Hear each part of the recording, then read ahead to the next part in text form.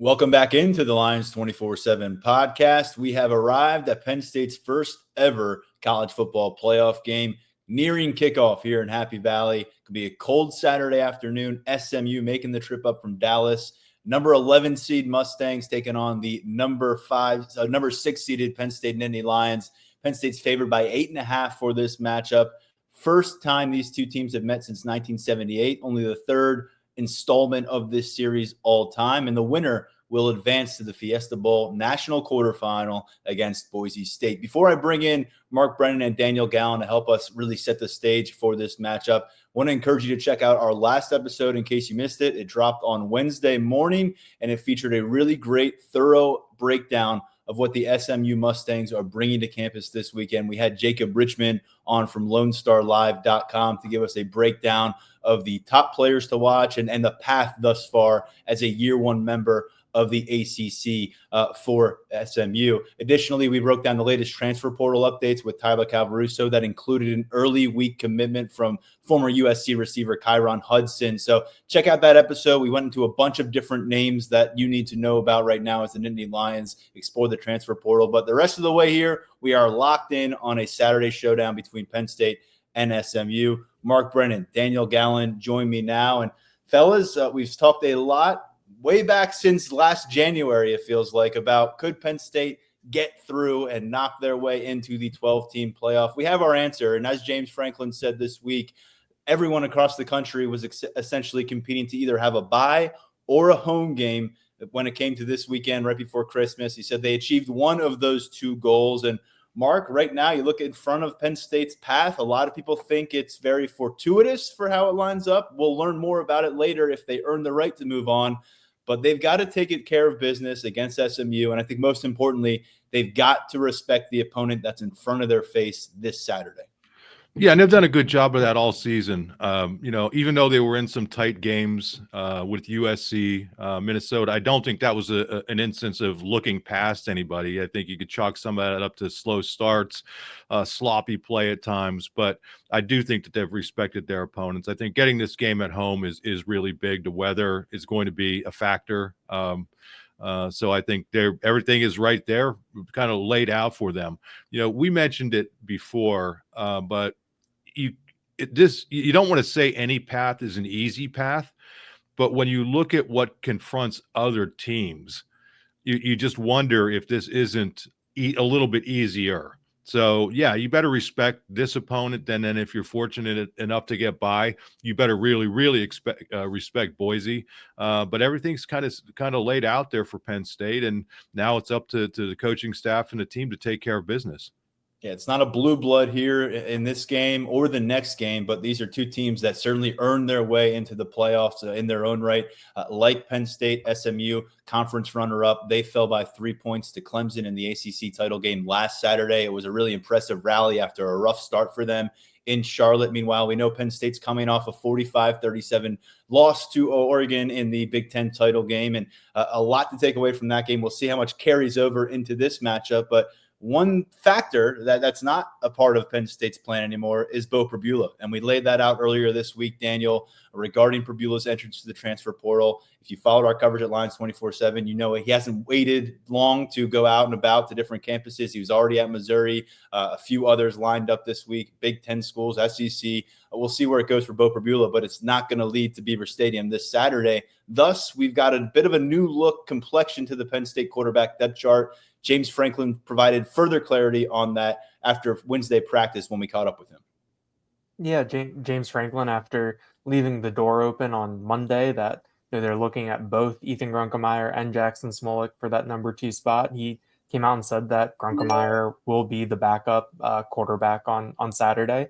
He did offer a little clarification in that he said on Monday that Smolik was cleared, but then he clarified on Wednesday that just to participate in practice, not ready for games yet. So it'll be Drew Aller, number 1, Ethan Grunkemeyer, number 2. And someone asked, well, what happens if you have to go to number 3? And James Franklin said, well, we don't have a plan.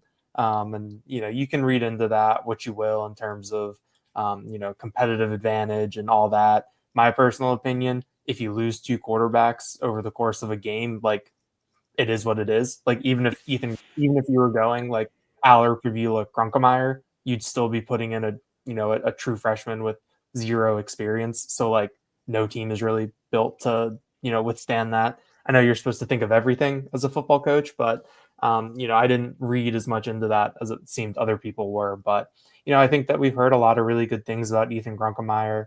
James Franklin said that he got like 350 practice reps this year. They've given him a lot of work this week. And he still hasn't taken a collegiate snap yet. So if that were to be Saturday, that would be pretty interesting. I wouldn't expect to see him out there in any of the two quarterback stuff that Penn State has done with Pavula and Aller, but that's the situation Penn State is. You got to adjust. That's the name of the game, and I'm curious to see what this might look like for Penn State. But for Penn State's sake, you hope that you don't have to at all.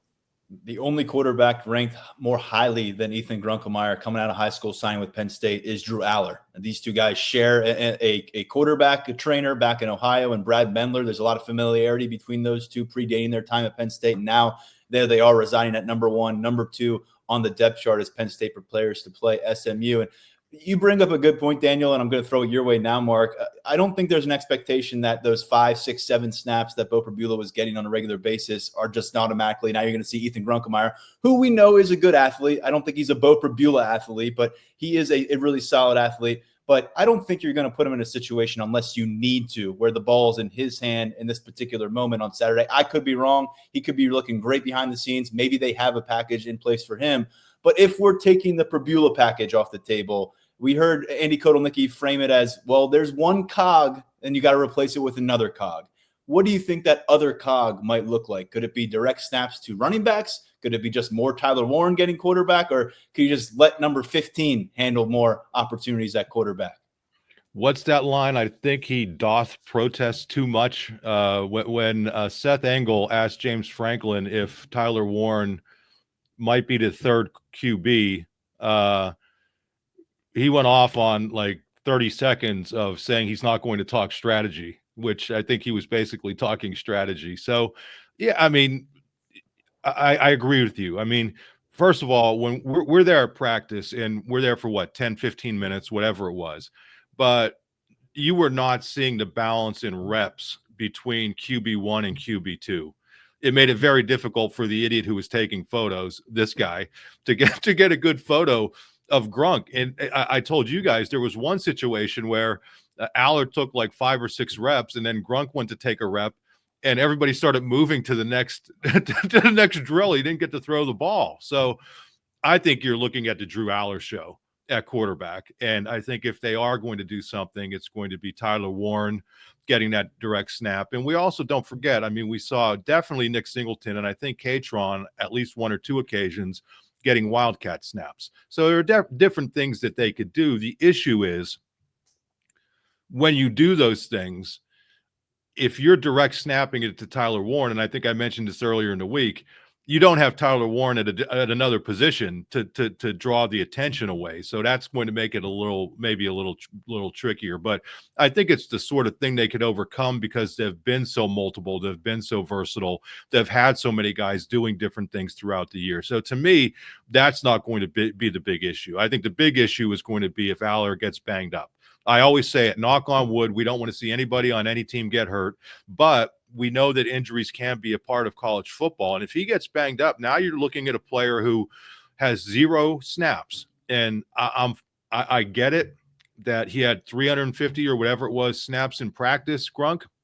But I mentioned this earlier in the week too. There can be a gigantic difference between getting those snaps in practice and getting those snaps in a game, let alone a playoff game. Yeah. Let alone against, the number 11 seed, a top 15 team. So I'm not worried about the Bo Prabula packages. If I'm a Penn State fan or if I'm the Penn State coaching staff, I'm worried about what you're going to do if QB1 gets banged up. Yeah, and you would probably love to have Drunkemeyer get that first taste of experience on a sunny September afternoon with a 40-point lead over a non-conference opponent. But we knew how important they felt it was to get reps to Bo Perbula, to have him running this offense. And it worked out pretty well until it didn't, and he left the program to pursue a transfer portal opportunity. And so I think largely as we get away from this and you talk about player availability, I noted this to both of you, I think, coming off the practice field yesterday. There are, I mean, and I'll knock on wood for Penn State fans out there, relatively little injury issues that are lingering. There's the guys that have been out for a while and we know aren't going to resurface. But in terms of, oh, where's so-and-so? Is he actually on the practice field, or is he going to be questionable pregame? Is he going to be in a uniform? There's not a lot of that right now. And I think that's a relatively enviable situation to be in, Daniel. Might it last another week if they were to win and then go on to play Boise State? Maybe not. That's a part of the game. But at this stage, a week before Christmas, you've been on the practice field since August. It seems like they're in relatively ready shape to get to the playoff. Definitely. And the guys that have been hurt have been out for a little while. And so how to replace them. You know how that will look without them on the field. And there haven't been a ton of moving parts back and forth with guys in and out with the nature of their injuries. The other nugget that James Franklin gave on Wednesday night, in addition to Smolik, was with Keon Wiley, the linebacker that we've seen at practice. I think Mark had it as the past 6 weeks or the past 6 practices that we've seen. Franklin basically said that he's not going to come back this year, or he wouldn't play on Saturday, is how I interpreted it. But I think overall, you look at what Penn State has, and it seems like a pretty full deck. Like we know what they have. We know who's going to be out there. We know what those guys are capable of. There's not really any like outstanding questions of, okay, we need to bring this guy back, reintegrate him. How is that going to change things? So I think Penn State is in a good spot. I think they've done a nice job of weathering some of the injuries that they had. They had some guys get dinged up in the spring, guys with long-term injuries early in the year, guys with long-term injuries late in the year.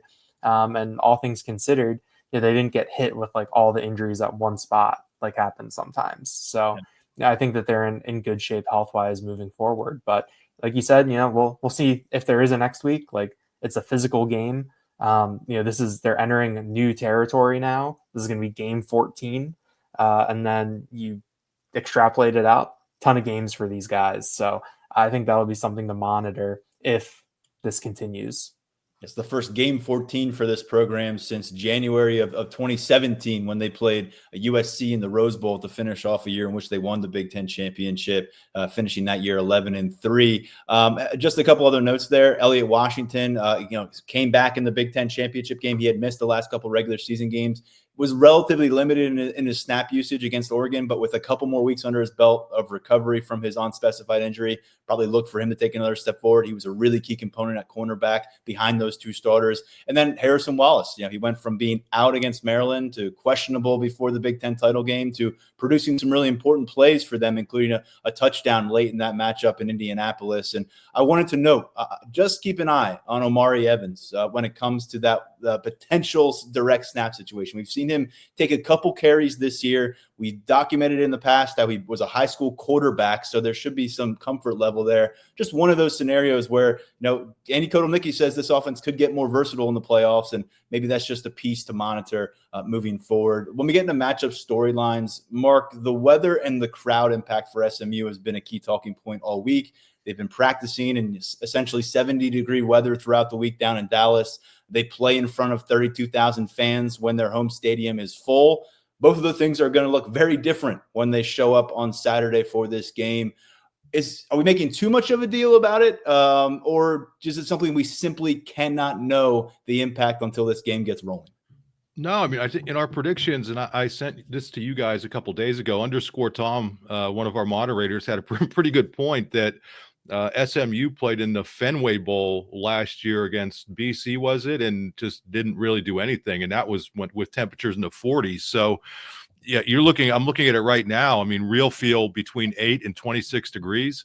I mean, that ain't the 40s, man. We we know kind of what that's all about. So I do think that's a serious factor, that if this thing were played indoors, I'll bet the line would be closer. With respect to the crowd, I was just checking SeatGeek, and there are plenty of good seats available, not super expensive, but I think just playing in a stadium of that size, I mean, you look at, I think the average crowd for SMU this year, I think I have it over here, was 45,000 or something like that.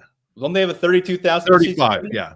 35 for home and 31 on the road. So that's, you're looking at a completely different thing. So those things, yeah, I think they will be factors, but they won't be the determining factor. I mean, the determining factor is going to be which team plays better. And for me, I don't want to give away, my predictions too early, but I think the teams that have the best lines, offensive and defense, are the ones that can sort of mitigate the weather and the crowd by doing what you kind of need to do. And I think in this instance, Penn State has the better lines on both sides of the ball.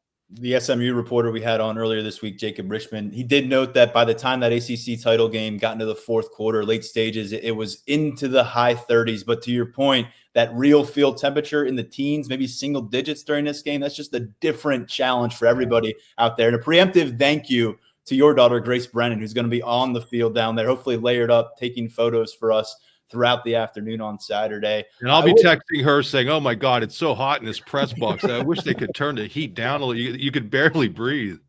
I will note this will be our last game in the press box. We don't know where we're going to be watching games from next year. Hopefully we get an answer before next September, but it's the end of an era as the Beaver Stadium renovation project. We got an extra one because of the playoff game, but we'll have a different vantage point of some kind next year. We'll let you know what that looks like when we find out. By the way, SMU, 10 straight wins on the road. That's the second longest streak in all of FBS, trailing only the Texas Longhorns. When you look at this matchup, it's becoming more and more clear throughout the week, Daniel, the kind of respect that Penn State has for Kevin Jennings, although I'm almost wondering if they're trying to get to his ego and build it up in a big way at this point. Because, look, Tom Allen called him dangerous. We heard multiple defensive players discuss the challenge of a dual threat quarterback like this, who can throw with accuracy, who can create opportunities for pass targets downfield by buying times with his legs, or he can just take off, pick up a first down, maybe get to the end zone. He has really come a long way since stepping up as a starter in week 4 of this season after Preston Stone was benched after a loss against BYU. We heard a lot about the progression from Jacob Richmond on our last episode, but James Franklin just compared this dude to Lamar Jackson after practice on Wednesday. He could have gone in a lot of different directions.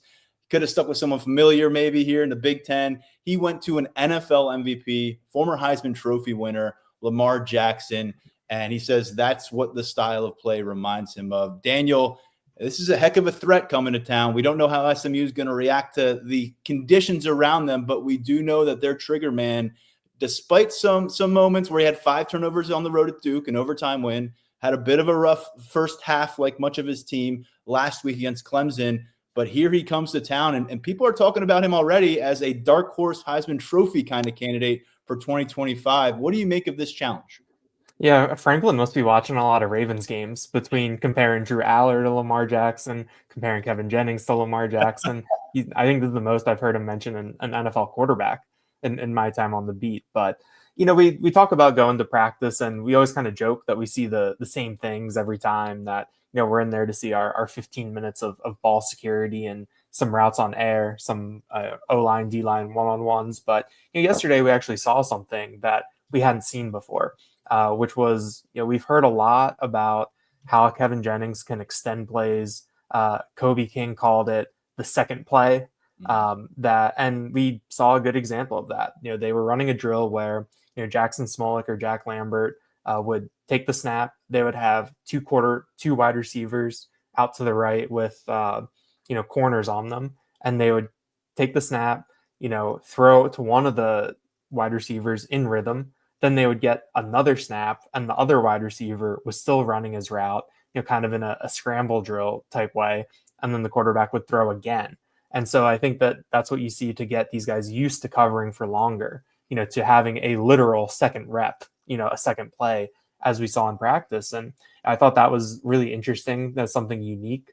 Like I said, something we haven't seen before during our looks at practice. And I think beyond what Franklin has said about Kevin Jennings, what everyone has said about it, to see that I think shows the respect, or how they have that in mind. I'm really interested to see how that is going to go. I mean, I think, we saw them go against Garrett Green and Will Howard earlier this year. I think, we really only saw Will Howard run the ball well when it was, let's salt this game away. We're gonna, end this thing. Garrett Green just never really got going because that was some really weird game flow, I think. And so, this is going to be a real challenge for Penn State in terms of a dual threat quarterback. I think that, with dual threats, I mean, it's just a better safe than sorry type of scenario. Like, we might as well talk this guy up. We might as well treat him like he's Lamar Jackson, because if you don't and he gets rolling, he starts making plays. He, is getting out of Abdul Carter's grasp, getting away from Deni Dennis Sutton, and making that second play. Then you could be in big trouble. So I think this could be a really fun matchup. I think that the idea.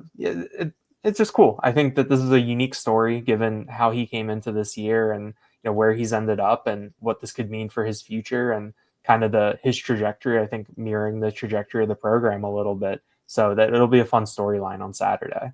Jennings on the year again, didn't start until game 4, 3,000 passing yards on 66% completion, 22 touchdowns, 8 interceptions, about 400 yards on the ground with 5 scores. He went over 100 yards rushing on the road at Louisville, which was probably considered their biggest test of the regular season, aside from that loss to BYU.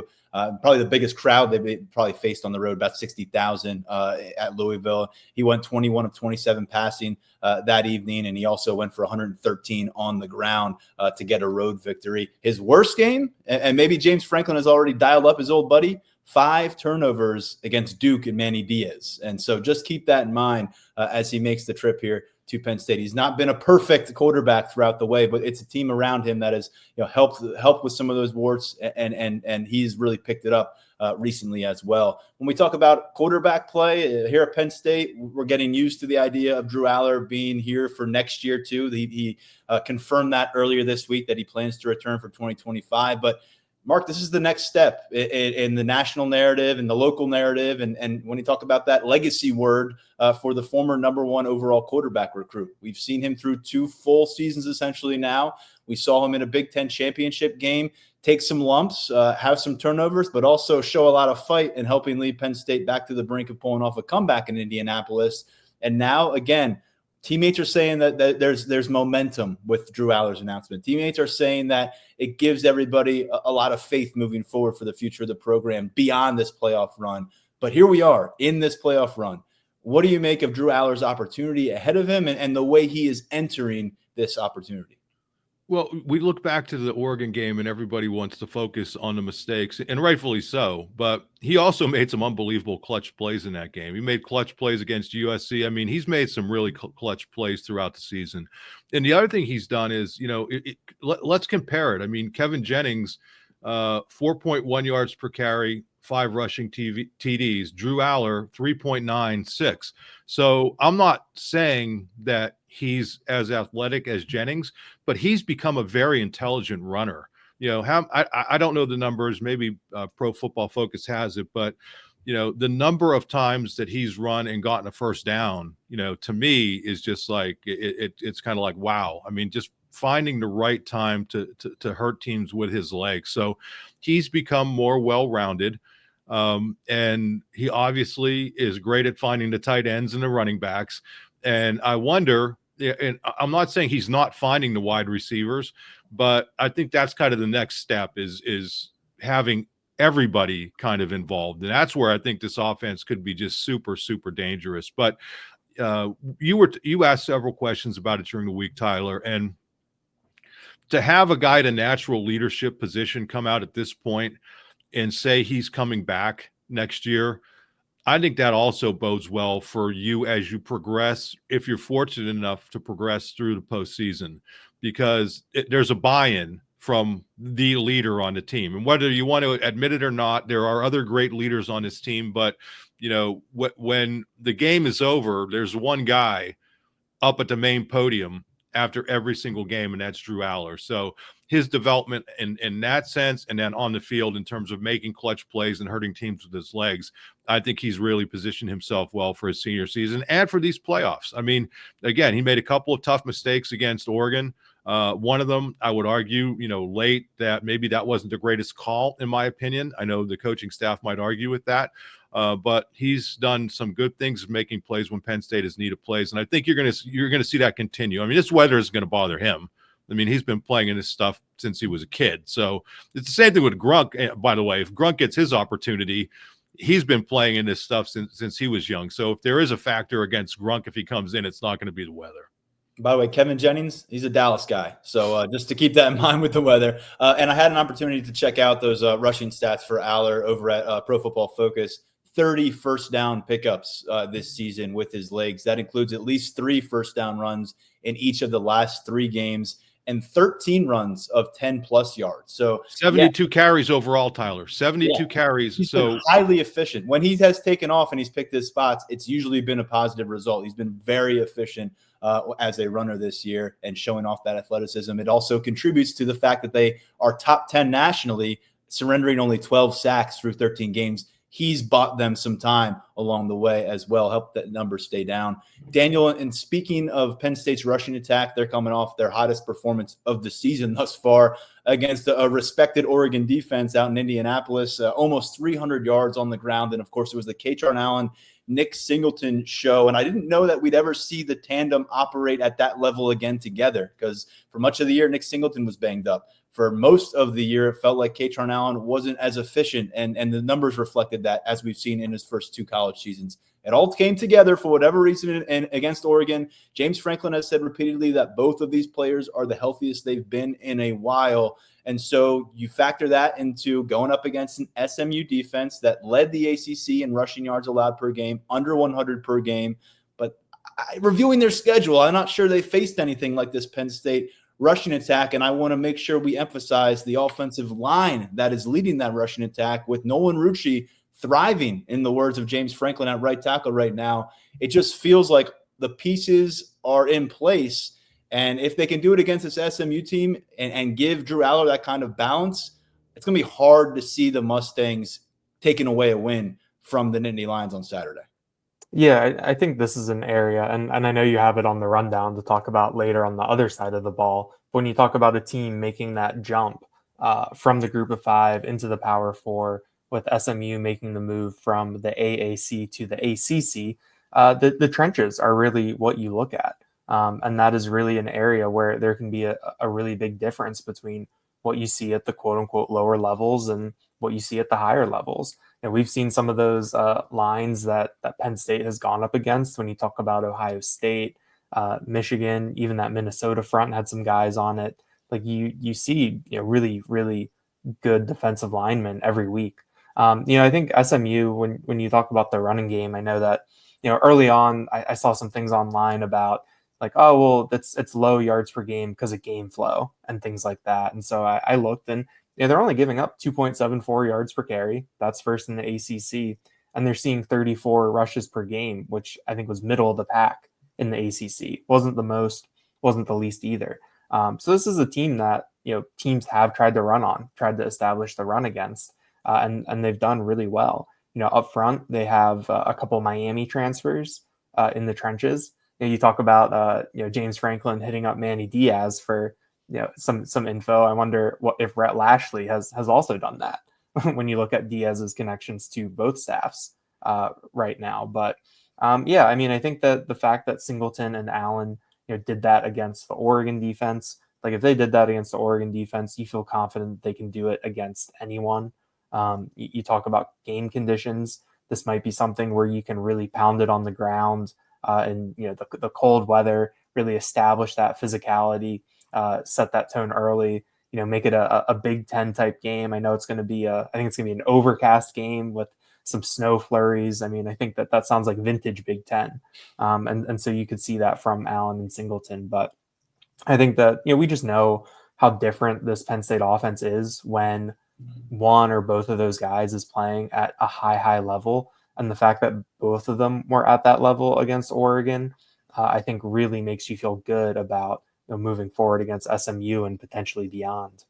Let's stay in the trenches, because Mark, when you look at this matchup and you look at SMU's journey, and speaking to people down in Dallas, it's a big jump from the AAC, which they won last year, to the ACC.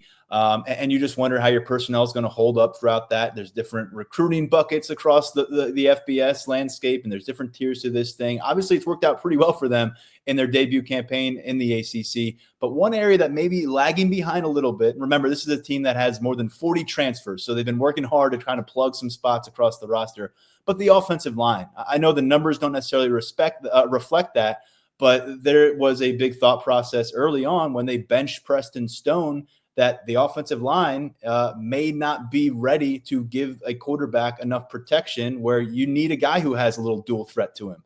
And that's not saying the offensive line has not improved over the course of their conference play, but it still could be an exposable part of their roster. And you kind of flip that and say, well, we know Penn State's defensive front is a plus for the Nittany Lions.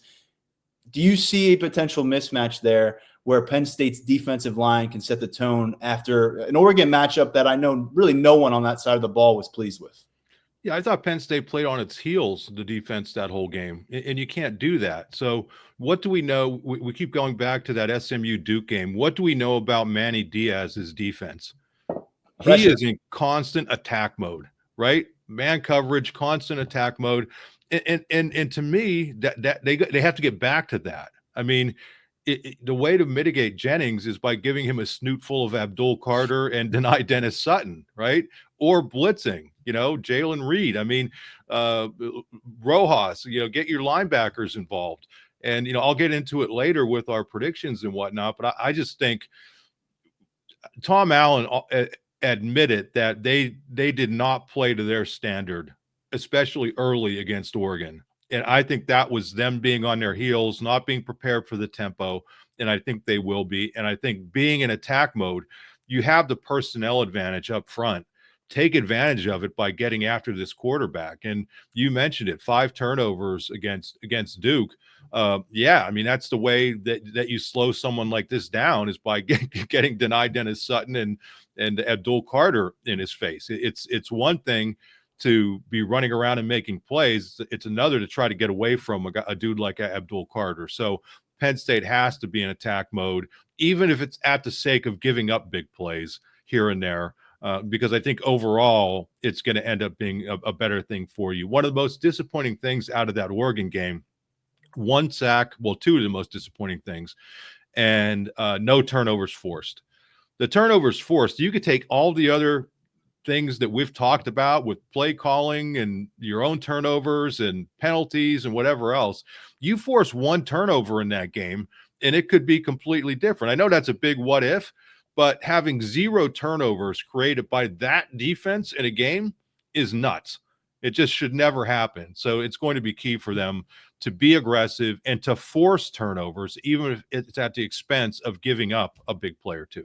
Against Oregon, you were going up against one of the most experienced quarterbacks in the history of this college football sport, and you also a guy that ended up in Manhattan for the Heisman Trophy finalist ceremony. Here, you got a first-year starter, and we talked about he hasn't really faced anything quite like this from a defensive perspective, from an atmosphere perspective, from a weather perspective, and he hasn't faced Abdul Carter, of course. And we heard from Rhett Lashley earlier this week, SMU's head coach, and said Abdul Carter is the most impressive defensive players he had to prepare for since becoming SMU's coach a couple of years ago. We heard from Abdul Carter earlier this week, said he's more motivated than ever after some individual award snubs. He was a consensus, I believe, unanimous All-American pick, first teamer, which is a huge, huge accomplishment for him. But in terms of those individual defensive player of the year type awards, he went over. And he said after he got the news that he was not the recipient of the Nagurski Award, he went and he did push-ups until his arms gave out. So good luck to Jennings and company as they face a motivated Abdul Carter. But overall, some of the similarities are still there. It's not Dylan Gabriel anymore, Daniel, but this is an attack that wants to go tempo on you. They want to really force you to backpedal as often as they can. And now you wonder, what were the lessons learned against Oregon? You've had 2 weeks to apply them. And then what does it look like on the back end now that you go back on the field? Yeah, I think Mark's point about how Penn State was on its heels for most of that Oregon game, especially early on, is a really good one. Before that game, in one of my keys to the game, I said that Penn State needed to try to be the aggressor because of how Dan Lanning and that Oregon team operate. And they weren't able to. Oregon got the first punches, and Penn State was in catch-up mode from then on. I think when you are playing an up-tempo attack like SMU's, if you can get a couple 3-and-outs early, get them off the field in a minute, 90 seconds, 2 minutes, something like that, get the ball back for your offense and let them go to work. I think that that's something that can be a really, really good tone setter. But yeah, it does really seem like that, Penn State took a lot from that Oregon game. I think that every once in a while, when we talk to players in these settings and you ask them about past games, sometimes there's not really a willingness, I think, to be open about it. But I felt like on Tuesday when we got those defensive players that they were very willing to entertain those questions about that game. And, Tom Allen, I think Mark put it as that he said about as much as he could without getting into strategy about that game. And so I think that that's something that this defense is, maybe motivated from, maybe they learned from, maybe there's some good lessons from that they can apply moving forward. It was the most points they've surrendered since that game I mentioned a little while ago on this podcast, the 2017 Rose Bowl against USC. So we'll see if they can get a rebound performance, and that would mean a lot in this matchup against SMU. Wanted to finish with this. I mean, the Tyler Warren factor is always looming large for Penn State. He finished 7th in the Heisman Trophy voting. He is somebody that they've leaned on throughout this matchup. We wonder if they might lean on him a little bit more with the Prbula wrinkle removed from this offense. But Mark, when you kind of forecast this matchup against an SMU squad that has undoubtedly spent the last 2 weeks trying to figure out what they can do to limit or prevent 44 from making splash plays against them, what do you think Penn State needs to do? What's their blueprint to make sure that Tyler Warren gets his and can feast? I mean, hasn't everybody been doing that all year? I mean, it's like we're at these games, and it's like, how is he doing this? So whatever they're doing, I don't know what it is, but just keep on doing it. But what I would say, Tyler, seriously, is that what they have to be ready for is if they double and triple team this guy, bracket, and that's where your other receivers who haven't given you a whole heck of a lot most of the year, other than Trey Wallace, are going to have to step up and do some things, or hurt them with your running backs coming out of the backfield. So to me, I think he's proven that no matter how much people prepare for him, he's finding ways to beat you. But if they do bracket him, as you say, and are absolutely going to force somebody else to beat them, then some of these guys who haven't stepped up consistently, the wide receivers, have to take over. Or, I mean, we've talked about it, and I asked Singleton about it earlier this week. He's developed so much as a receiver that I think he and Katron, who came in as a pretty good receiver, I think both of those guys can really hurt you. So it's less about making sure Tyler Warren is going to get his, because I think you could be at the risk of paralysis by analysis. I want to put that the right way. Why mess with a good thing? Mm-hmm. So count on him being able to do what he's doing. And if they figure out something that nobody else could figure out, well, then you just have to be able to counterpunch, and you have enough weapons that you ought to be able to do that. And you have the quarterback that you ought to be able to do that. I would say there's one team that figured it out. Even though Tyler Warren almost single-handedly got Penn State to the doorstep of beating this team or sending this team to overtime, Warren got to halftime against Ohio State without a catch, and he didn't make a lot of noise in that matchup. The difference here is, though, SMU doesn't have Caleb Downs, who's one of the finest defensive backs in college football and happens to be patrolling the secondary for Ohio State. So, yeah, there's not a lot to kind of look back on this Penn State season and take this and take that and say this is how we'll slow down Tyler Warren. Anything from you, Daniel, as we get to see the Tyler Warren hype train reach the playoff territory? I mean, I think that we'll see him early and we'll see him often, because when you talk about wanting to set a tone as a Penn State offense, he's the guy that can really do it. You get him the ball over the middle in space, and he can get you a big chunk play and punctuate it by running somebody over, taking a hit and bouncing right back up. So I think that he is someone who, in terms of the actual gameplay, has been really excellent and can do a lot of things for you too. But from the intangible perspective, I think that he can make some defenders, think twice about trying to bring him down in the open field, early in the game. And we're now to a point where not many Penn State seniors have experienced what Tyler Warren and a lot of these other guys like Jalen Reed at safety are going to experience. They are playing to continue their college career. Normally, these guys either opt in or opt out of a bowl, and that's it. Goodbye, good luck. The NFL draft combine will be around the corner. Now, you lose, it's over. You win, you keep going, your career extends. So just a bit of a different thing in the back of the mind of all the guys who are out of eligibility than we've seen in years past. Let's get into some other players to watch before we dive into our predictions. And Daniel, we're going right back to you. Who are you taking a close look at on the Nittany Lions Saturday? I mean, Drew Aller, like that was the first name that popped into my mind. And I know we've talked about him a little bit before, but I think especially when you put it into the context of this week, the quarterback is always going to be the main focus, but you have him saying he intends to come back next year. You have the backup kind of occasionally a safety valve, someone, security blanket in a way. He's gone. So this is really the Drew Aller show at quarterback right now. And there's going to be a lot of people tuned in. I think that his performance in the Big Ten championship game, even though he had those mistakes in a couple key spots, I think that got a lot of people's attention. And so I think that Aller is going to be under the microscope on Saturday. And so I'm really interested to see how he performs. We've talked about it. What can change for him with a big playoff run? How can he change his standing, both in terms of perception in college football, perception in the NFL? What can this mean for his career?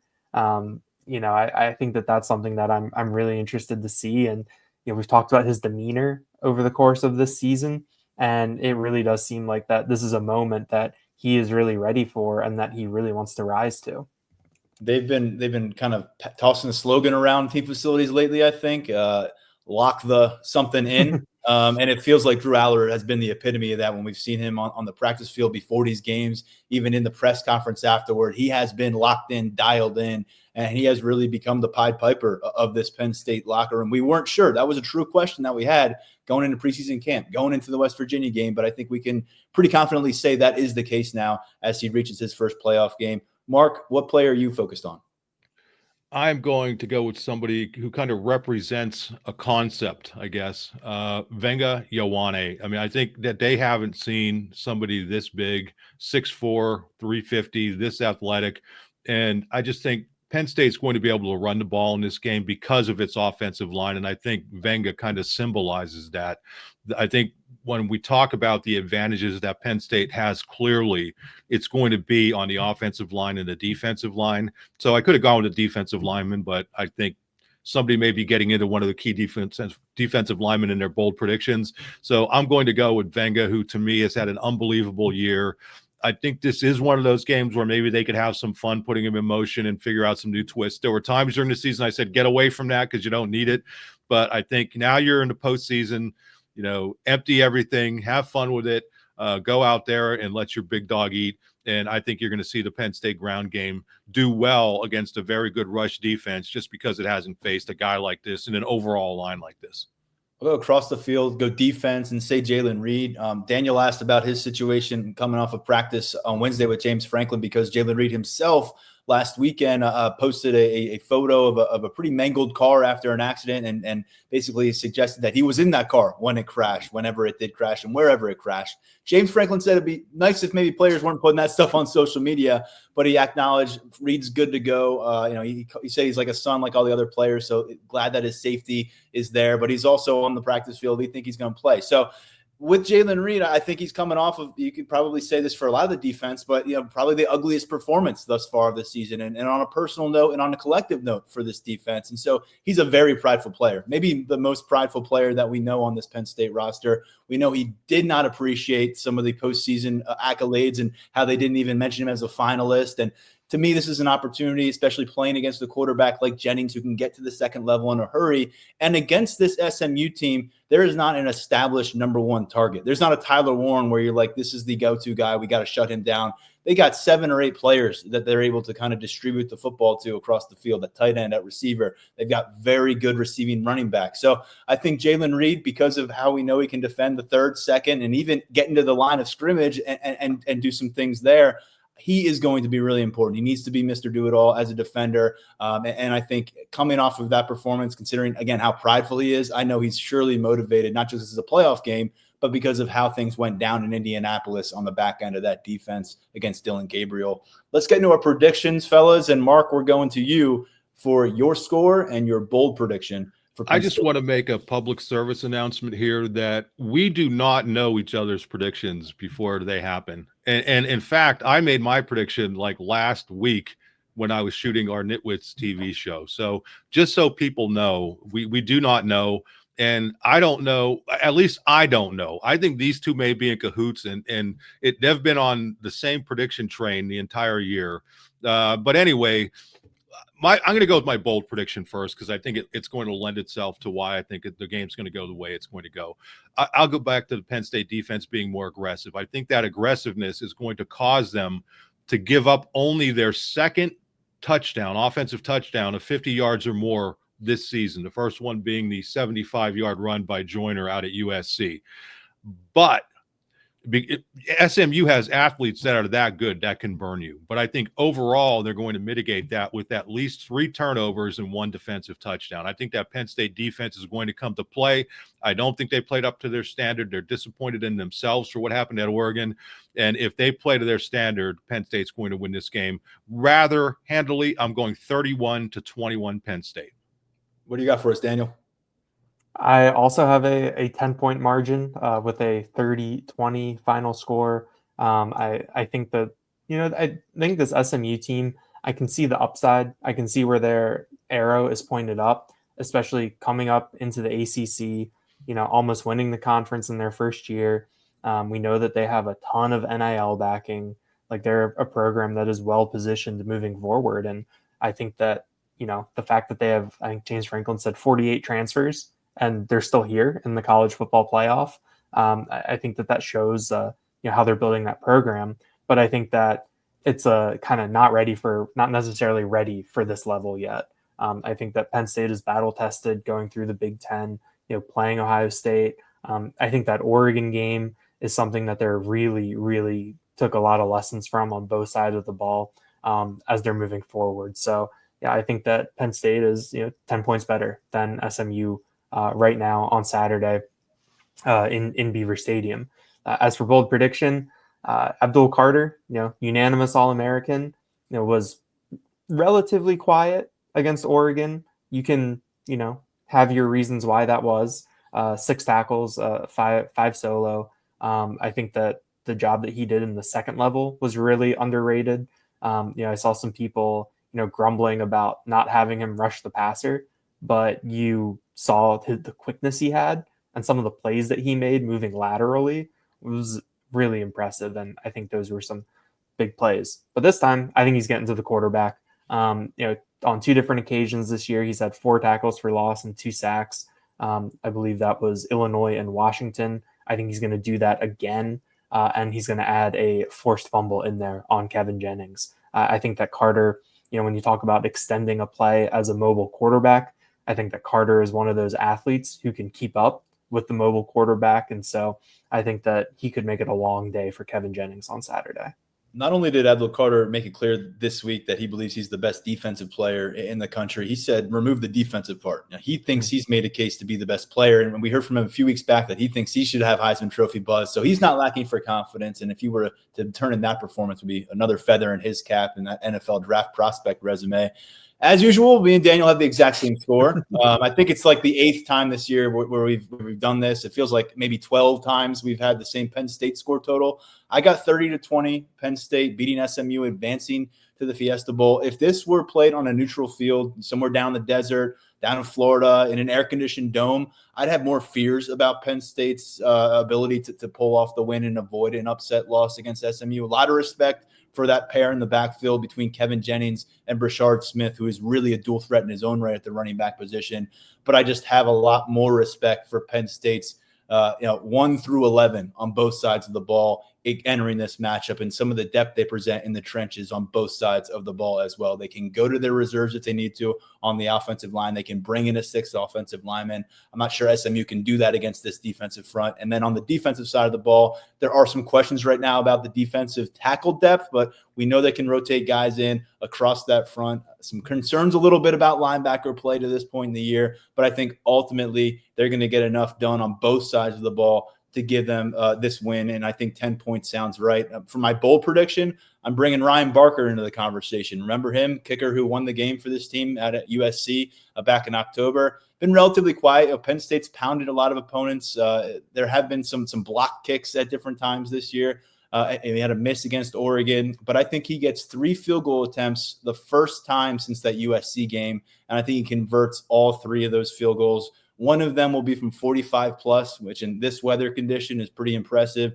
And then I think a late make gives Penn State a 2-possession lead, kind of puts this one on ice, puts SMU in desperation mode where Jennings has to drop back and try to create something with a few minutes left. And so 30-20 is where I land. And if we're all correct, we've got Penn State covering that 8.5-point spread and moving on to the national quarterfinals against Boise State. So we'll see. We'll all be in the press box early on Saturday morning for playoff action. We'll be bundled up. We'll be ready with the binoculars. And if anything pops up during pregame that we need to let you know about, you'll find it over at Lions247.com. And there also is some recruiting intrigue here. We told you earlier in the week they can't have any formal visits where they're hosting guys and giving them tickets, but players prospects are finding their ways and their families to get to this game. And we've got some updates there at Lions247.com as well. Mark, Daniel, we've covered a lot together. We have not covered a playoff game, so looking forward to it and appreciate you both hopping on to break things down here.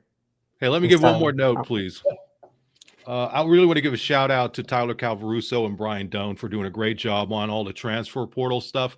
Their jobs have become so much more difficult this year, and they don't complain at all with the way everything's been jammed together. And I know this particular episode isn't about recruiting, but I want people to understand the amount of work that they're putting into it. And we obviously value it. I know our readers and listeners value it, but I would just throw out that if you want to follow this team at the level where you're getting all that information, we still have the 50% special going on, 50% off special going on. I'm kind of stammering my way through it because I want to make sure that I give Brian and Tyler Calvaruso their props, but it has been an absolute grind for those guys, and I'm so appreciative, as I know you two are, of everything they're doing at this time of year. The holidays are coming up. It's not easy, and they are absolutely getting after it. Very proud of the work that they're doing. And both of them have some really interesting notes on the transfer portal up here on Thursday before we sat down. I'm sure they probably added to that over at Lions247.com. I'm with you. They do great work. We're fortunate to have them, and certainly our subscribers are. And if you're not one of those, again, 50% off through the month of December. So lock in with us over at Lions247.com. For now, on behalf of Mark and Daniel and our great photographer, Grace Brennan, who's going to brave the weather on Saturday afternoon, Tyler and Brian and everybody else, I'm Tyler Donahue. This has been the Lions 24/7 podcast.